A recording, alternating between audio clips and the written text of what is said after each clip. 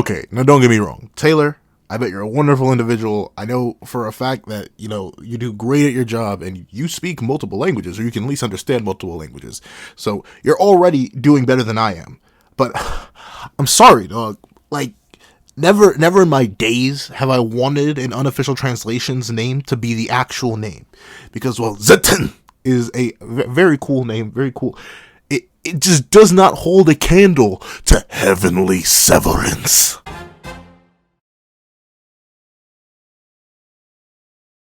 Thank you to our $5 patrons, Strawbones, Black Wolf, Red Wolf 4765, and Artgoon 555. Now, before we come to this breakdown / review of chapter 339 of Black Clover, please feel free to leave your on the chapter in the comment section down below. Leave a like and subscribe if you haven't already. Also, make sure you hit that little notification bell so you miss out on any videos that come to the channel. Also, I do a Patreon down below where you can support for as low as $1 a month. You get things like exclusive videos, early content, and more. Some of that exclusive content, including the live reaction to this very chapter. Now, let's hop into 2 weeks ago's poll. So, 2 weeks ago, I ended up asking y'all a very simple question. And it was the whole idea of our boy, Ryu. With the reveal of Ichika's little sister being last chapter, not Ichika's little sister, but Ichika being Yami's little sister last chapter, and their, let's just say their only resemblance is in the fact that they have the same art style, being the case, and meanwhile Ryu looks like a carbon copy of Yami with an eye patch and his hair pulled back. Do you believe that the Shogun of the Land of the Sun and Yami are related, or, it's just a coincidence. It happens sometimes. Your best friend does happen to just look exactly like you with just a few minor aesthetic differences, and with an overwhelming, not really overwhelming, it was a pretty close vote compared to some of the votes we've been having recently. 66% of the vote says related, two homies can't look that similar. Meanwhile, 34% of the vote says unrelated, two homies can look that similar. And notably, I get it, we haven't gotten anything else. Ichika doesn't mention being related to Ryu. Yami obviously didn't. And really, there's no reason for Ryu to lie about that. Like, what would him saying he's related to Yami in some way, shape, or form really do? Would it, make... I think it would make Asta trust him more. So, I guess there's no reason, which is why I can see where the 34% of y'all are coming from. Like, come on now. There's no other reason other than weird general suspicion and the fact that they look alike. But, I don't know, that just goes so far in my mind. I think of me and my best friend, we look nothing alike. Then again, that may just because of the different environments we come from. But still, I don't know, it is crazy how similar they look. And how different Ichika looks. Looking at Ichika, she reminds me more of Rukia than she does of Yami. In the slice, the only thing they have that I will give them is both their brash attitudes. They have the same look when they get angry and stuff like that. But the hairstyling, the face shape, I guess you could say the eye shape is similar. That's about the only thing they could get to remotely imply that Ichika's Yami's brother, or Yami's sister. And that's the thing, even remember when Ichika first popped up, no one was assuming anything about the relation. And to be fair, that's because Ryu was there. But still, it just goes to show you, man, those similarities are hard to ignore. But who knows, maybe Tabata just red herring us. Thank you for participating in that poll. Make sure you get your input in on tomorrow's poll, dropping at 12 p.m. to make sure input is included for next week's review. Now, let's hop into Chapter 339. What's up, guys? I'm the Pencil here, and here we are to read Chapter 339 of Black Clover, which is known as Zetten. And a bit I've grown softer to it a little bit, but man, Heavenly Severance would have been so fire. But whatever. We open up, and we do get to see that we're leaving right where we left off. Yami, I guess, technically they are both Yami. Tsukihiro is Yami's first name, just as Ichika is Yami's first name, technically.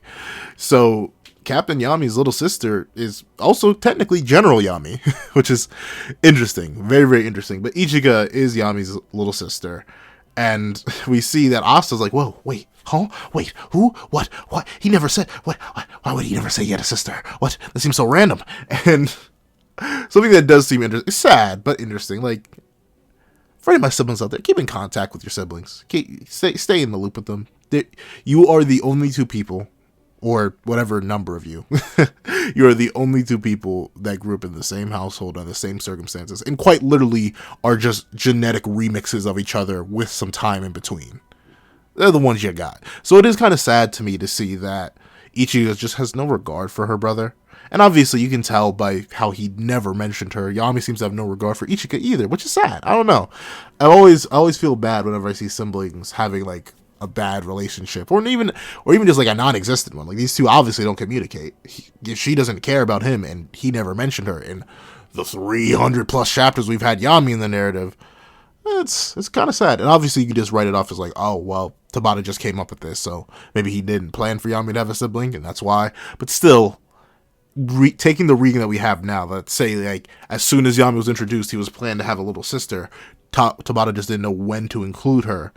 Then it's really sad to see that they just don't seem to care. Sure, the sadness is sort of undermined by the fact that Ichika still has her angry face on and Asta is still screaming and sweating, but still, I don't know. The subtext there is what's the most interesting to me, and I truly genuinely wonder what Yami did to get himself exiled, what caused him to leave the land, like something. We know he left at a pretty young age too, because he met Nacht and Morgan when they were pretty young as well, and he's had a whole ton of adventures before we see him up till now.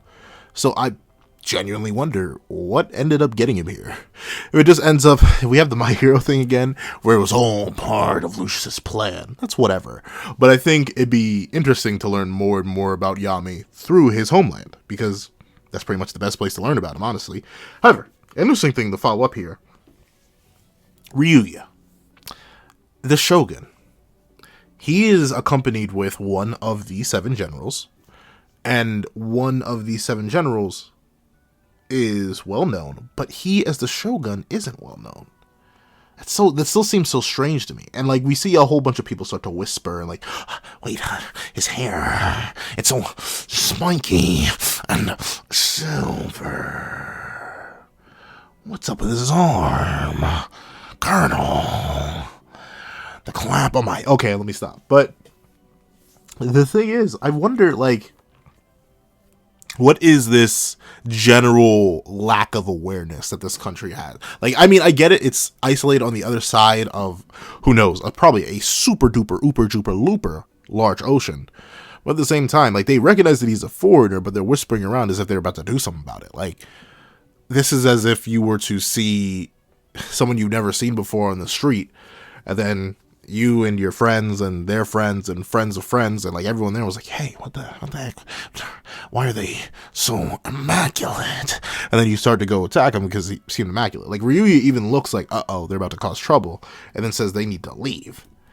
And I don't know. It seems so strange. And like, once again, maybe I shouldn't, right? Because I'm still in the opinion that this is the final arc. We have 7 days. There's no way we're really going to have a sub-villain plot. Like, I feel like we're focused on Endgame, which would be Lucius, right? Like, this is the end, right? So it's not like, what is up with this feeling? Like, does anyone else feel the way I feel? Like, I just feel suspicious of Ryu. Like, he seems like the imposter, if you get what I'm saying. Like, I don't know. It just feels so weird. Like, he's hiding Asta. He's being very indirect about things. I don't know. It just feels... I'm getting a shady vibe. Maybe this is just me and, like, my distrust of recently introduced characters in high positions of power that seem to have somewhat shady actions behind them just because of how many narratives I've consumed and continue to consume. Like, I don't know. All of my narrative chops are saying, don't trust him, something bad is going to happen, don't trust him. But, I don't know, he hasn't done anything bad. Like, if he really wanted Asta gone, bro was literally knocked out on the beach, just wait, and bada bing bada boom, Asta's really gone. So, why... Something's up. But tell me if I'm off on that. Tell me what you guys think. I really want to hear about that. Tell me that in the comment section. However, we do get to see that Ryu, in an attempt to hide Asta and de-escalate the situation, he immediately picks up both Ichika and Asta, and they run off into the world. Sorry, for some reason, a new adventure, la la la la, from Sonic Adventure No, not Sonic Rush 2. I forget what the subtitle is for that. But the thing is, I didn't even play that game. I played Sonic Rush. So I don't know why that one's kicking into my head specifically. But they run off, and we do get to see that Liebe was being healed somewhere else, far away from where Asta was being healed. They had this little shack. And then as the shack door opens, well, it's not a little shack, it is a pretty sizable house. But as the door opens, Asta is greeted with a big ol', and I mean big ol' bubbly, I think that's a goldfish. Like, I'm not sure. Those bulbs on the head. I remember seeing some sort of video about that. Some guy cutting off those in order to not impair their vision. But it's interesting. I don't know. That's a weird... I mean, it makes sense. We've seen a lot of the magic here is associated with animals, so it makes sense that even this random healer dude would have animals. So I'm not sure what... I mean, I'm not sure if these are goldfish or just fish in general. I'm not sure what they have to do with healing. Like, I get water heals. I get that. So maybe it's just they're associated with water, and water is considered a natural here. I don't know. It just seems interesting that such fat old goldfish are just chilling and vibing right now. However, we do get to see that apparently this is the same dude that did heal Asta. He just, I guess, left him off with Ryu. I guess Ryu just picked Asta up after he was healed and just carried him back to the castle for some reason. And Ryu introduces him as Fumito Mikulia. I need to figure out these names. I had the same struggle trying to figure out the name earlier. But still, we find out that Fumito here is a recovery Yojutsu genius, aka he's a recovery magic genius, in a very similar vein to Mimosa, except while Mimosa is associated with plant life and stuff like that, obviously Fumito here is associated with fish, and it's interesting. And we do get to see that so this makes me wonder, was there a giant fish that held Asta? Because, like, Fumito didn't heal Liebe, like, himself. Like, a goldfish was holding him. And the goldfish proceeded to spit Liebe out. Like, whoop, don't get me wrong. I get it. Liebe probably doesn't taste too good. But at the same time, Liebe is a sentient creature, right? Like, how did that feel? I don't know. I'm not into that stuff. I know some people are into the idea of being, especially by your, like, gigantus, whatever. Like, I get it. Y'all do you. I'm not here to judge anybody. I believe in freedom of choice. So do you. But can you imagine, like, this isn't even I guess it's better than stuff, but, like, this, you're in the mouth. What does the inside of a goldfish feel like? Just to, like, be surrounded in. He's covered in goldfish spit. Dude, it feels weird. And I feel like it's, it feels like Liebe as a character wasn't even respected there. Like, we get no comment of how that felt, what that was like. He just pops out and is like, oh, ugh. He doesn't even react in disgust. I don't know. I'd be mad. And, like, Liebe, once again, bro, I just can't take homie seriously when he's so tiny. He's so small. But interesting. I want to see the mega goldfish that had ate Asta that proceeded to spit him out. Because I'm assuming while Liebe could definitely fit in the mouth of one of these things, I doubt Asta could as a whole. But we do get to see that Fumito explains the reason Liebe wasn't as ready to go as Asta was is because this is the first time Fumito has actually treated someone like Liebe. This is new territory for him. So properly healing him took some time. Interesting. Very, very interesting. And we do get to see that Asta is very, very happy to see his... I guess... I mean, I'm not sure how long... I forget how old... I think they're supposed to be the same age. So, his twin brother. He's excited to see his twin brother again. And he's happy to finally run into someone he actually knows in this strange new place.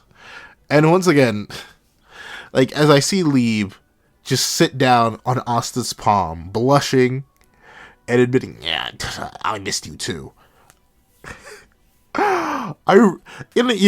Like, technically, other IDs have this effect too. Like, you think of your Karamas, you think of your Karamas, and Typically, after a while, they mellow down from the scariness. But to be fair, Kurama, while he became like a communicative guy who would actually be helpful, he was still like a beast. Like you didn't have a mini Kurama running around on Naruto's shoulder. Meanwhile, like I just think of Liebe at the beginning of the series, this massive, looming, dark anti-magic beast that possessed the grimoire of Asta, that gave him dark powers in exchange for ludicrous abilities. And now he's just a little dude, blushing with a scar on his chest. I don't know. It's not a bad thing, no. I love character development, and I think this is interesting. It's cool to see Liebe go down this path. At the same time, it's like, wow, we really came a long way, didn't we? I mean, we do get to see that Asta is now graced with food, and we see he got some good eats here. He got soup, he got rice, he got, I don't know what the rest is. I think that's a fish. Like, he has a whole ton there, and it looks kind of scrumptious. You put that in front of me, I'd eat it all. And we get to see that Asta's like, whoa, I ain't even gonna lie to you. This food is kind of bussin'. And once again, he brings up the no-potatoes, and I don't know. I wonder if that's it's been brought up twice, so it's gotta have to be a plot point that just ties out. I mean, maybe just once again it's for Asta's character, but I don't know. I do not remember that sort of plant being anywhere in the early series. Like I mean, I need to reread early Black Clover, obviously, but I'm trying to think, when were these mentioned for Asta? I don't know. They seem like such a recent point here that I can't exactly remember. But who knows? They were probably mentioned. And we do get to see that Fumito also knows how to cook really, really well, on top of being a great healer. AKA, ladies, you need a husband, go get Fumito.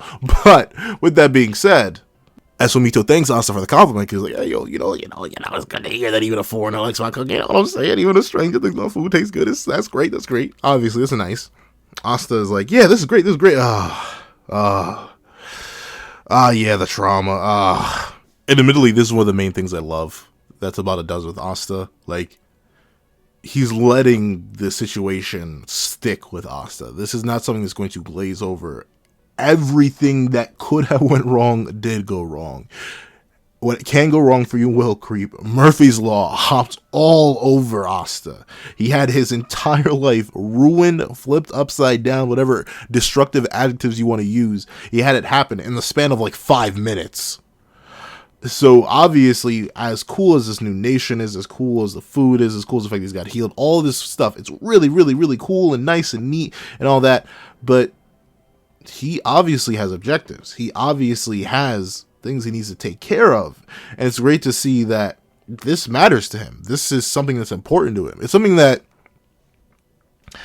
I'd say other MCs do it as well, but Tabata's really good, especially within this recent period, with having Asta ruminate and feel the repercussions of his actions or lack thereof, like his inability to act, and really focus on wanting to fix what he could not fix before. I love it. It really is a part of Asta that I greatly appreciate. He's very reflectful. I think one of the biggest moments you see this earlier on in the series is when he lost both of his arms. Like, you can see how he tries to put up this nice happy front. He tries to be like, oh yeah, everything's great, everything's cool, everything's fine. But then you just see him sitting on a rock looking out over at the sun like, wow, I may never be useful again because I lost my arms. It's stuff like this that I really appreciate. It makes Asta, despite being like not the sharpest tool in the kitchen shed, a really, really deep and reflective character. I love it. And we do get to see that he's like, yo, oh, this is cool and all. The food's delicious. Thank you for healing us, but I really do have to get back. I feel like he shouldn't have said ASAP or ASAP. He should have said something like, I do really need to get back as soon as possible. But still, it works. He's like, Ryu, please tell me. I'll do anything. Is there any way to get back to the Clover Kingdom? And we see Ryu, once again, he's pressing the point. He's like, hey, I know you know this, Asta. Even if you go back now, you can't beat Lucius if he's playing for keeps. And once again, that implication alone is kind of terrifying. Like, the idea that previously Lucius wasn't playing for keeps. He was just messing around and toying with Asta. To be fair, it is heavily implied by how their interaction goes. Like, Lucius literally turned into a true human just to flex real quick. But at the same time, that's different. Like, DU Asta is literally, like, pre-Lucci, and even really post Lucci was like number 2 in the verse. Like no one else really stood to him until Lucius popped up. So it's crazy to see that Asta, someone who is unbelievably powerful, just is worthless against Lucci. It really sets up this higher threat, and I love it. I love it. We do get to see that Ryu is like, yeah, we can't have you go back just yet, and we see that Asta, once again, due to all the sadness and trauma he went through, he's like, I mean, I can't know until I try.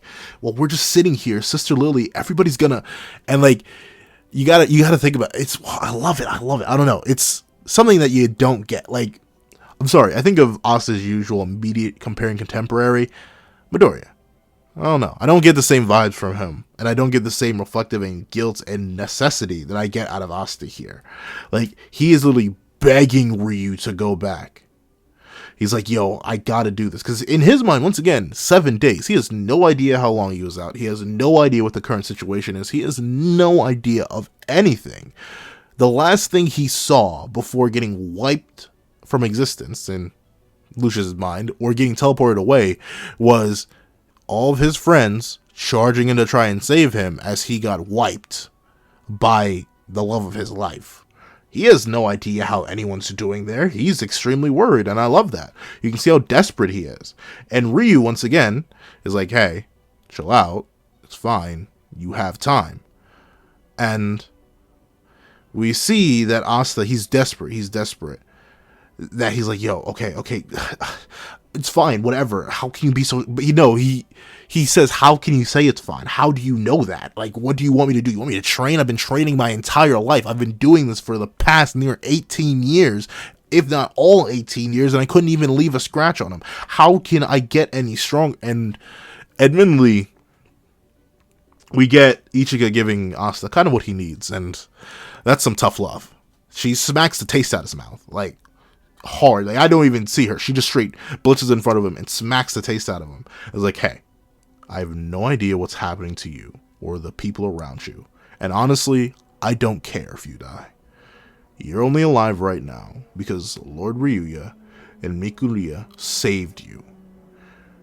You're a foreigner. We believe they bring disasters. And while he may look like an incomprehensible foreigner to you, in our country, Ryu is a fine shogun. If you're going to ignore my lord's warning and waste the life that he saved, then I'll cut you down right here, right now. Don't take others' kindness for granted, you fool.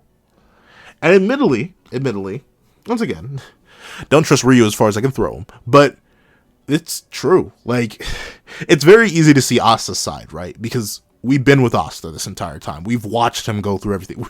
We literally were there when we saw him get teleported away.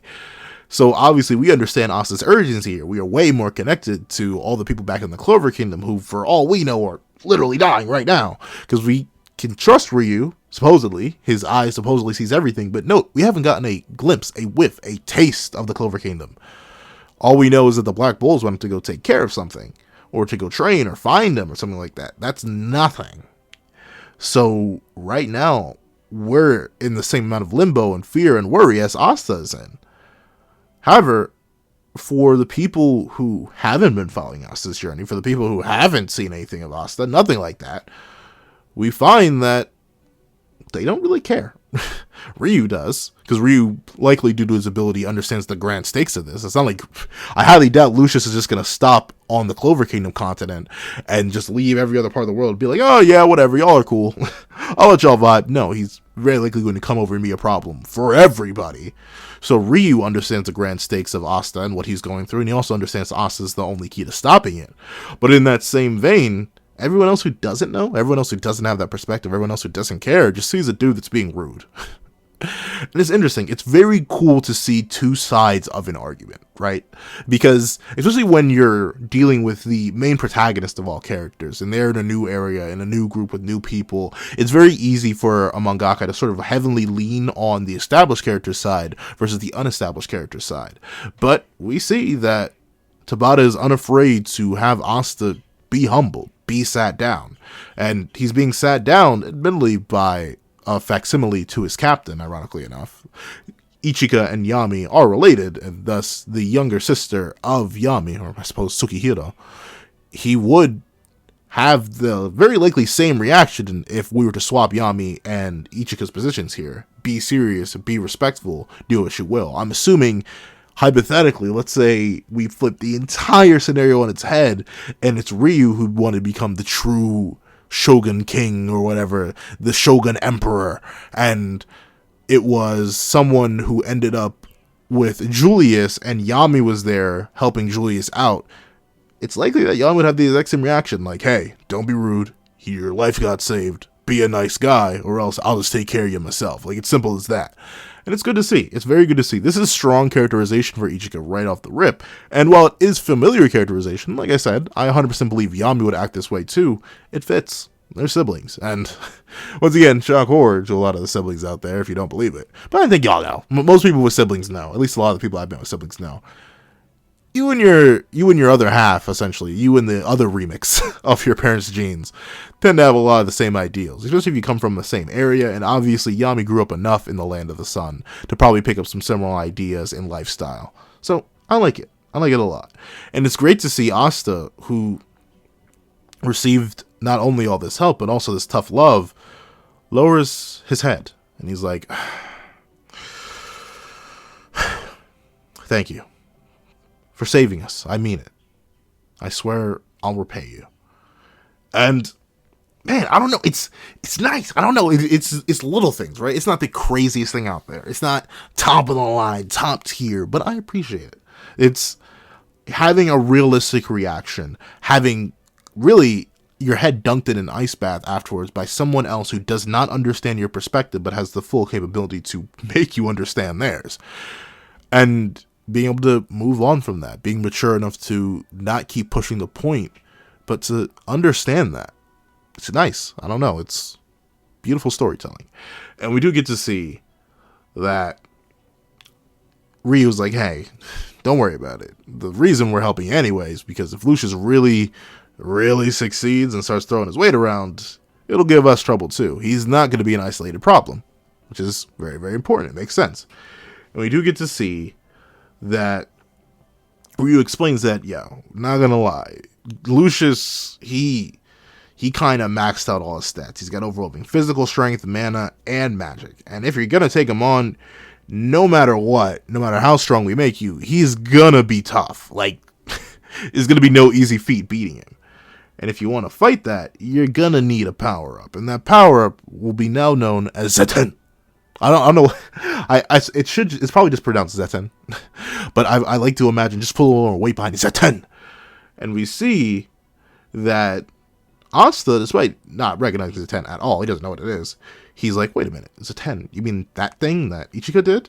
And we see that Asta's like, okay, that makes sense, but she was radiating darkness, and as a fellow magicless person yourself, you should know, I don't have any magic. I can't do that. And we see that Ryu's like, don't worry about it. Just watch closely, and don't focus on your magic, or lack thereof. Focus on her ki. And Ryu explains what we got from Yami a long time ago. Ki is the flow of life energy. Everybody manipulates it unconsciously, turning it into Ryu. I don't know what word I'm thinking of every time I go to pronounce this word, but it's not this one. Yoryoku. And that's an interesting explanation of it. So apparently, ki becomes magic. But we know Asta and assumedly Ryu have ki. They're using it. They're ki manipulators themselves. Are they just missing something? Like, unconsciously turn it into Yoryoku. Unconsciously turn it into magic. So, I mean, he doesn't imply that it's like an organ or a bodily function that they're missing. He just says that's what they naturally do. Like breathing, essentially. Like we take in air and we use it to fuel our cells and oxygen. Like you can't tell someone, hey, don't breathe and keep doing what you're doing, because they're obviously going to naturally breathe after a while. So with that being the case, I wonder, I'm assuming it's some sort of like weird comparison to draw to, but in the Owl House of all things, the people who can use magic have an organ. They have an organ in their chest that produces the magical whatever. I think it's like a bile sac or whatever. So do most beings have this and Ryu and Asta just lack it? Because if they're producing ki, but that ki doesn't turn into magic, I don't know. There's got to be some other reason other than the fact that they just don't unconsciously do it.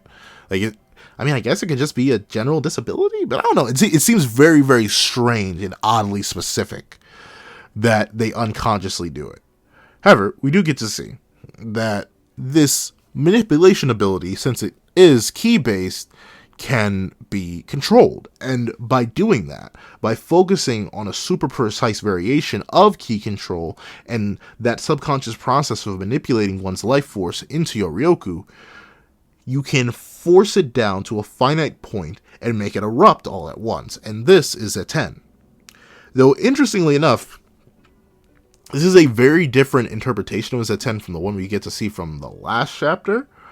Mainly because in the last chapter, Ichika didn't slash anything. She pushed her hand out. So I'm guessing they can be expressed in different ways. Like, you could hypothetically have a Zetten kick, a Zetten slice, a Zetten palm thrust. I'm guessing there are different variations. This is just the most basic version of it. And we see Ichika, once again, she has the lightning strikes going down her eyes, and she uses Zetten, and it splits the bamboo in half. And we see that due to this ability, essentially you get to exponentially increase the amount of your Yoryoku and its speed to generate explosive power. And I guess that just comes from a concentration effect, right? Because if your magic is constantly flowing out and around your body, then it's going to be dispersed naturally. Meanwhile, if you were to concentrate on one place, the potency would be very, very different. It's like, essentially the way I view it as if you have like a bucket of water and you make one gigantic hole in the bucket, yeah, the water is going to come out, but it's not going to be as forceful because it's one gigantic hole. Meanwhile, if you were to open up a tiny hole and put a whole bunch of pressure on the water, then it's going to explode out much more forcefully. That's why I'm pretty sure that's how water guns work, right? Like, the wider the nozzle, the less force you have. Meanwhile, the tighter the nozzle, the more precision you have because of the force being exerted on the water. Interesting. It's very interesting to see that magic works like that too. And we see that Ichika, after displaying it, is like, okay, your turn, you try it. And we see that Fumito's like, whoa, you kind of just taught him like one of our most advanced techniques. Do you really think he's going to be able to pick up on it in an instant? Like, come on now, this is Bankai training all over again. You gotta train at least 10 years to get this thing down pat. And really, the only people who can genuinely use this kind of ability is people like you and the other Ryus in 7. Like, this is a top tier level skill. There's no way the MC of this shonen manga could immediately figure it out by thinking about it a little bit too hard, right? I don't know. A lot of people drew comparisons to this to Mugetsu. I think it's I somewhat get it, you know, focusing all your energy, releasing it all at once, but I think it is different. I think this is much more akin to, like, what's a reference that would make sense? Because I'm thinking of one from Magi, but that's kind of a spoiler. So I don't want to say the one from Magi. However, this reminds me more of Super Saiyan Master or Complete Super Saiyan Blue from the Dragon Ball Super manga. Like, just focusing all your energy internally and thus making it a lot more powerful instead of letting your energy flow out everywhere and randomly. So it just seems more like a concentration technique. Mugetsu was like, I will sacrifice everything for this one time. But Zetten is something that seems to be able to be spammed as long as you get it down pat, which is admittedly a much more useful ability. And I'm interested to see how Asta ends up infusing Zetten into his different fighting styles. However, we do get to see that while Fumito is worried about the inability of Asta to perform such a high level technique, Asta is amazed. He's like, wait a minute, I never even considered using ki this way. If that's the case, it's sort of like those mana skins that everybody uses, except with ki, and, then they radiate it. So, since I've got a contract with Liebe, that means I could hypothetically, and we get to see Ryuya immediately picks up on where Asta's going. He's like, yeah, you saw how she used ki, right? Well, you have anti-magic flowing through your body now. Instead of your Ryoku, use that and give it a shot, which is interesting. I mean, that's the strange thing. Zetten only originates from ki. and the precise manipulation of it into magic, but that does not make it inherently ki based. So I'm guessing Asta's using the ki within him to sort of flow the anti-magic forward, but then again, he can manipulate anti-magic on his own. So I guess he's skipping the ki step entirely. It's just a ki-based principle. Interesting. And we get the inside of Asta, and we get to see all the different anti-magic that's flowing around him. And then he stands there before the bamboo, raises his hand up, and in an instant swings. And notably, at first, nothing happens. Even Fumito's like, yeah, it'd be like that sometimes. Honestly, you can't really expect him to just get it that easily, just showing him once. But then we see something that's interesting. He ended up tearing the bamboo, but not cleanly. It's a very rough version of it. When you look at Ichika's Zetten, it's a very clean slice. Like, it's a kind of chunky slice. It does leave like maybe a centimeter wide gap. I know, centimeters wide doesn't seem too chunky, but hey, it has a nice personality, so leave it be. But it's a clean slash. Meanwhile, Asta's seems a bit more like rough and corrosive. Like, he used a jagged blade rather than one that's clean cut and well defined. And this may just come from inexperience. Who knows? Maybe his blade line will get finer, but maybe this is just the corrosive properties of anti-magic. It's eating away at the rest of the bamboo. Because as we see, Ryu explains that, yo, attaboy, that bamboo was grown with your Ryoku and you dried it up. So it's likely that the anti-magic properties that Asta just admitted ended up tearing away at the bamboo, which means that hypothetically, if Asta were to use this ability on somebody, it would tear away at them as long as their magic is flowing through them, which is a little bit terrifying. It's even to the point where both Ichika and Fumito are like, whoa, was not expecting that. And I like that. I like that a lot. And we do get to see that Asta is amazed. And Ryu goes on to explain, that's it. You always had ki. You've been using it for a while now, but you just didn't know how to use it in different ways. And now, we're going to have you run on out there, go to the other Ryuya 7, and then have you turned into the ultimate weapon, the ultimate warrior. And we see as Asta looks down at his hand, he turns to Ichika. He's like, hey, thank you. You saved me. I can still get stronger. And thanks in advance for your help. And while Ichika doesn't necessarily have like a smile or a happy reaction, she's very much still glaring at him. You can tell that obviously she got a little softer on him. She would have looked angrier. She was really as mad as she was before. And it's great. It's great. This chapter, it was very, very good for what it was meant to be, right? We're building more and more on this whole idea of Asta wanting to get back, Asta needing to get back, Asta's guilt for not being able to save Lily, and obviously the whole stuff with the Wizard King. That's what this is building on. And we see how Asta is dealing with that trauma, and I think it's important. It's great to take our time in a situation like this where we reasonably, by all means and purposes, should be rushing, take our time and see how our character is feeling about it. And at the same time, it's great to get that outside perspective. It's great to see Asta realize and rationalize the situation and pick up a really cool new ability that is simply an expansion of an ability we knew he always had. I love those the most. Admittedly, if you had to ask me, what do I prefer? Do I prefer when a character takes a old ability and uses it in a different way versus getting an entirely new ability? It's always going to be the former. I just think it's inherently more interesting. It's inherently a lot more fun, and it makes you wonder more about the character's previous techniques and how they can use them in different ways. So I'm very happy that Ichika taught him this. I'm excited to see what else the Ryuya 7 have to teach him, because this is one of hypothetical 7 different techniques that Asta can now add to his repertoire.